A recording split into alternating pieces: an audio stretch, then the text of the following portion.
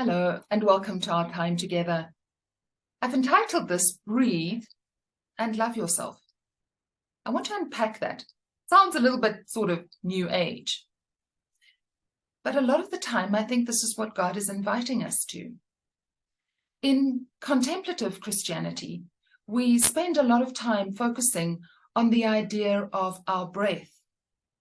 And James Finley, who works in the Center for Contemplation and Action, has a wonderful story that he tells about his time at the monastery at Gethsemane, where he was as a young man, and Thomas Merton was still alive at the time and was his spiritual director.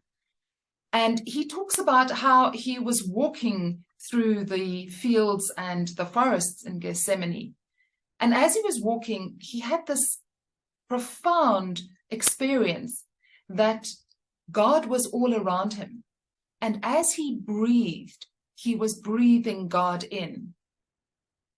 It was so profound for him that he felt his very breath was the presencing of God, and that God was so loving him that he began to feel that he might be able to love himself.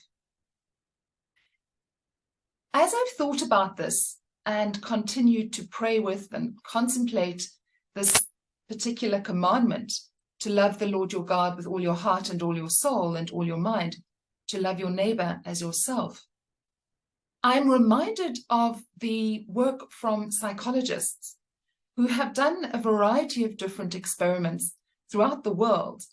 And many different psychologists have found that people all over the world find it quite difficult to take in a compliment. But we resonate very quickly to criticism. So some people are saying for every one criticism you hear, you need to hear 3 compliments, other people say 5, before you're emotionally back at a sort of point 0. And as I've thought about this, I've begun to practice with my community the idea of breathing in a compliment as a way of breathing in the good that you have heard and experienced, so that you are able to really resonate with the fact that you can love yourself. Put it slightly differently. When we get something negative, somebody criticizes us for something, we feel it right here in the middle of our being.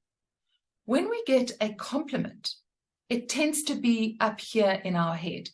We receive it, we hear it, we let it go. We don't allow it to really resonate in the depths of our being, because we live in a world that is deeply critical. But that is not who God is. And that is not how God is inviting us to live.